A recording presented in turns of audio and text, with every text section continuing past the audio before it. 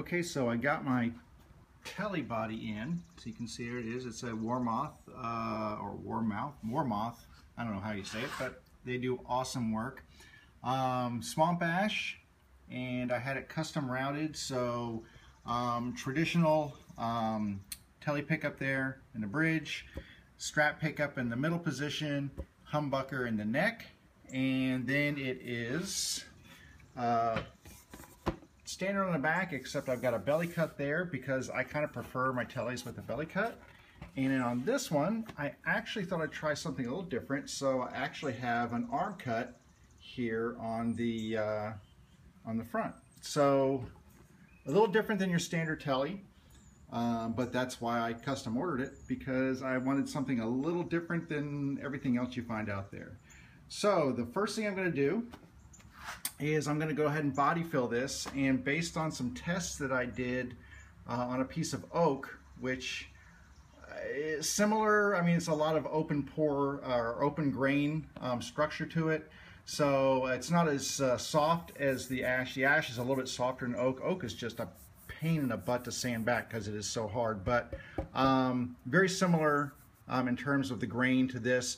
And based on tests that I did with that, what I'm going to do is I'm going to mix up some Timbermate with some water, and then a little color tone black added to it to just make that, it's ebony, but it's not quite dark. Let me see if I can show you, pop the top here. And anybody's wondering, this stuff is kind of stinky. It's a little smelly, so I'm doing it out here in my garage.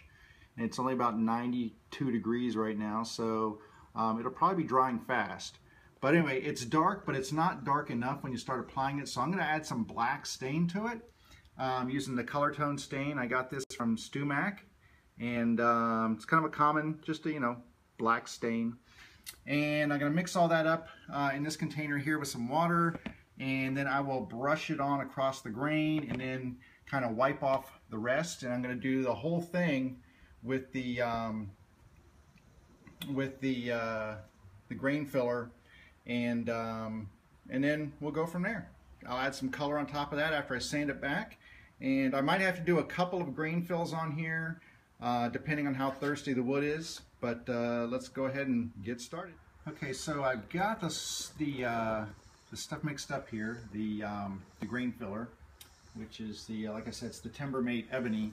And you can see the color of it. So now what I'm going to do, hang on just one second, I'm going to go ahead and add some black, and then I'll show you what that looks like. Okay, and here it is with some black added. I don't know if you can see how much darker that is, but you can see the stain on the stick now. The nice thing about the Timbermate is it's a water-based grain filler, so you can thin it down with water, or you can thin it down with water or oil.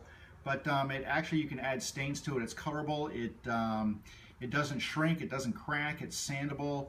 I mean, it's just really a great product. So anyway, I'm going to go ahead and get started putting it on, and then I'll show what it looks like when I'm done wiping it on with the brush. Okay, so you can see here I've got the first part of the top done. There's different ways of doing this, and I've seen a lot of different videos. Some people use scrapers. Some people, are using the brush like I am. I decided to go with the brush just to try to be smooth with it all. But one thing that's true, no matter what you do, is the end grain is very difficult because it soaks up a lot of product. So when you're doing the end grain, you have to really take your time to, apply a few more coats to that, like that end, down at this end, around the horn and stuff. You have to really watch, because after you put it on there a little bit, you'll notice that it looks like it's almost bare because it just soaks up a lot of product. So anyway, that's the back. I'm going to let this kind of dry down just a little bit. It doesn't take long to dry either. You can see down here, it's getting pretty dry down here. I mean, you can see, there you go, in the light, you can see where it's already starting to dry. This stuff does dry pretty quickly. And so what I'm going to do is I'm going to go ahead and let that dry, and then I'm going to come back in a minute. I'm going to flip it over, and I'm going to do the back side, and I'm going to let the whole thing dry down, and then I'll go and sand it back. All right, so we'll check back after the back is done. And there you go, focus is a good thing. All right, we'll be back. All right, let's do some grain filling on the back here. So I'm just going to brush across the surface like this. Get some more. And just keep brushing across the surface here.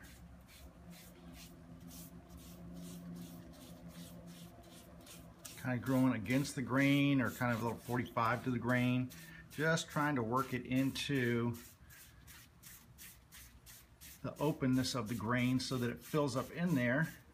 And that'll keep stuff from going in later and swelling the wood and causing you know, the grain to raise up and things like that. So if you fill it now, you're not going to have those problems later. At least that's what I have been told. So that's where we're going with this.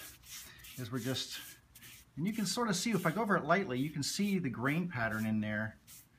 Like you can see some of the grain coming through a little bit, and that's why you kind of have to, there you go, a little dark there, but let's see if I can, there we go.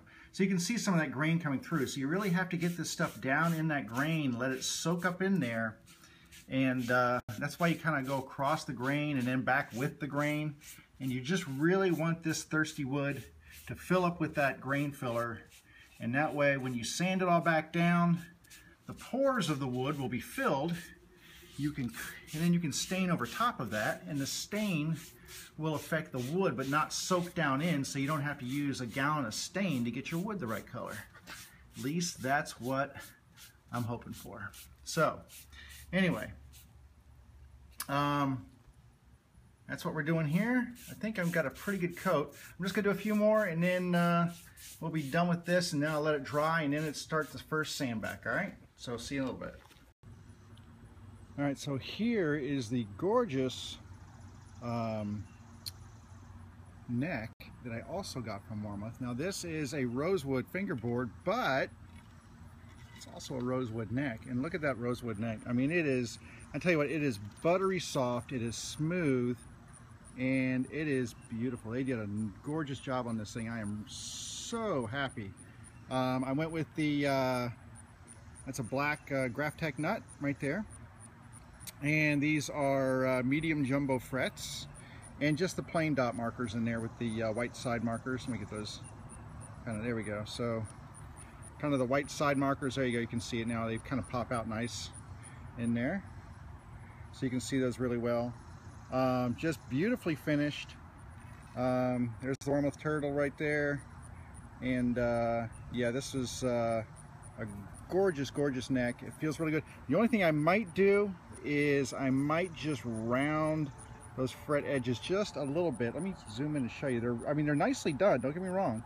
They're nicely done, but I might just roll them just a hair more. You can see a little bit right there.